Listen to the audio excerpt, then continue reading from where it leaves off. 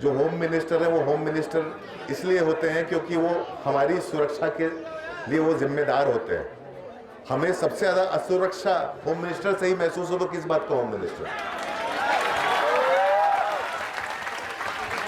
अगर बैठ बैठ के जब भी आप कोई बात करो लोग होम मिनिस्टर का नाम लेके आपको डराएं तो फिर वो होम मिनिस्टर थोड़ी ना, वो भूत है जो हमारी दादियां कहानी में बोलती थी हमको।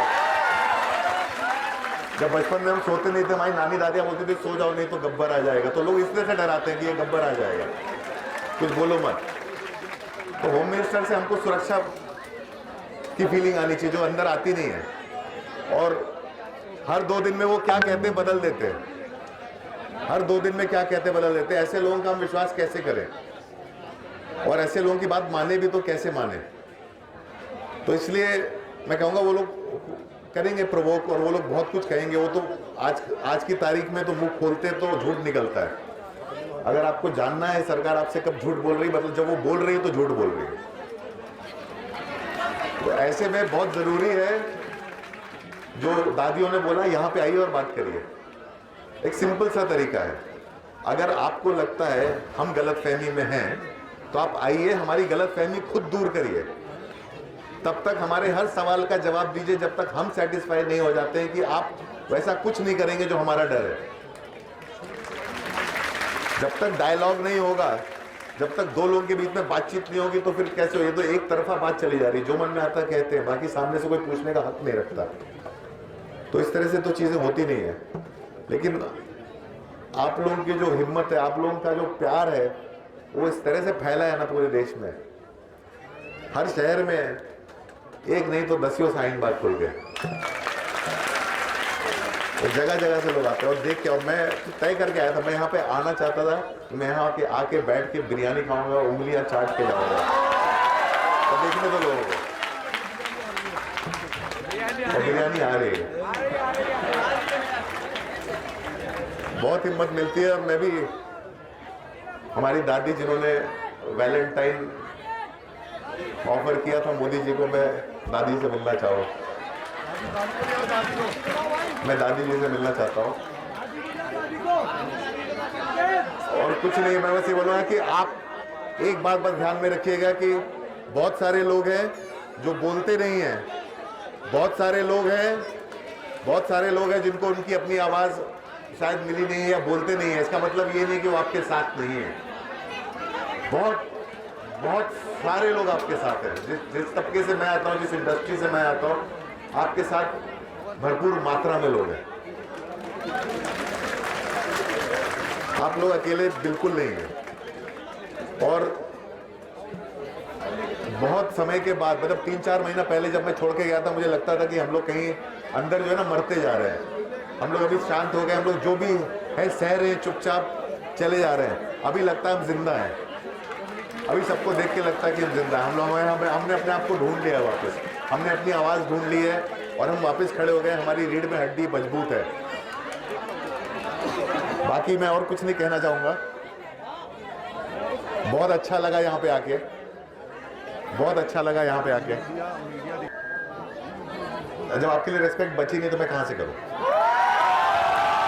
दूसरी चीज़ ये कि, और इज्जत जो है ना देने से आती है। आप अगर हमारे अपने देशवासियों को रिस्पेक्ट नहीं करेंगे, अगर आप रिस्पेक्ट की बात करते हैं तो दादियाँ हैं, आइए रिस्पेक्ट दीजिए, आप बात करिए, आपको हमसे रिस्पेक्ट मिलेगी। बहुत सीधी सी बात है, रिस्पेक्ट देने से आती है। और जिसके लिए रिस्पेक्ट नहीं मेरे ट्वीट में, उसके लिए रिस्पेक्ट निकल ही नहीं सकता। मैं वो बनावटी बन नहीं सकता। आपका कहना है कि शांति से, वो शांति की भाषा उन्हें समझ नहीं आती, तो रास्ता क्या है? नहीं, वो ये गुंडई वाली भाषा उन्होंने तो सिखाई है सबको। आज हर आदमी एक भाषा बोल रहा है। जो आदमी खुद अपनी स्पीच में बोलते हैं कि इतनी जोर से करंट मारो कि वहाँ लगे, जब आपके मिनिस्टर बोलते हैं कि देश के गद्दारों को गोली मार, आप ही ने तो भाषा सिखाई है सबको। आप ही ने सबकी भाषा में से डेकोरम खत्म किया है। वो तो आपको वापस नहीं मिलेगा। सर शाह ने कल एक प्रस्ताव दिया है शाहीन बाग के लोगों को कि आप अपना डेलीगेशन भेजिए, मैं टाइगर पर मैं आपको समझाऊंगा कि ये क्या कानून है। शाह ने प्रस्ताव दिया। आपको लगता है शाहीन बाग के लोग?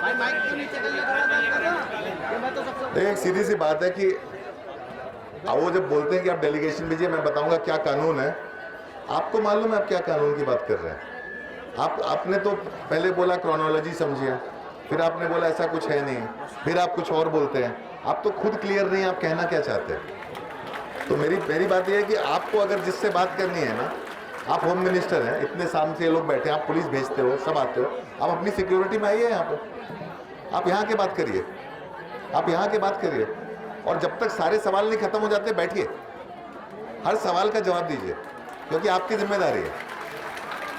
ऐसे नहीं होती चीज़ें, वो एक तरफा नहीं होती। वहाँ पे भी वो क्या करेंगे, बोलेंगे तुम चुप हो जाओ और उनका मोनोलॉग चालू हो जाएगा, रटा रटा है। वो मोनोलॉग में हम लोग विश्वास नहीं रखते, हम लोग स्क्रिप्ट लिखते हैं ना, हमें मालूम मोनोलॉग कब लिखा जाता है, एक्टर को अवार्ड दिलाने के लिए। अमित शाह ने शाहीन बाग के बारे में बोला था कि बटन ऐसा दबाओ कि करंट शाहीन बाग। हाँ, वही मैंने बात की। आप यूपी सरकार ने ऐसा एक ट्वीट किया गया था वहाँ के मीडिया एडवाइजर की तरफ से कि आपने वहाँ अप्लाई किया था सब्सिडी के लिए, नहीं मिली, इसलिए आप आक्रोशित हो गए। और इस तरह देखिए, वो जो है वो लोग बहुत समय से कारण ढूंढ रहे हैं कि ये मेरे को, उनको लग रहा है कि मैं पागल हो गया हूँ, उनको लगता है ऐसा क्यों बोल रहा है। तो एक बहुत सीधी सी बात है, एक सरकार की स्टेट पॉलिसी है, कोई भी फिल्म बनती है तो उस फिल्म के लिए एक सब्सिडी मिलती है, और वो वही सरकार है जो खुद हमको इनवाइट करती है। हम नहीं जाते उनके पास, वो इनवाइट करती है, और सरकार नहीं करती, वो पॉलिसी इनवाइट करती है। उस पॉलिसी ने मेरे को चेहरा बनाया था अपना। तो यही सरकार है जिसने वही सांड की आंख को टैक्स फ्री किया था। जब मैंने बोलना चालू किया तो हो गया कि, और उसका जो बेनिफिट मुझे नहीं मिलता, फिल्म के प्रोड्यूसर को मिलता है, क्योंकि फिल्म मेरे नाम पे है। उस एक फिल्म का प्रोड्यूसर रिलायंस है, कि प्रोड्यूसर आनंद राय है। नुकसान उनका हुआ है जब वो सब्सिडी नहीं देते, ठीक है। तो उनको बिल फाड़ना है मेरे नाम पे, ताकि वो, उनको लगता है वो मुझे डिस्क्रेडिट कर सके। मुझे कुछ फर्क नहीं पड़ता।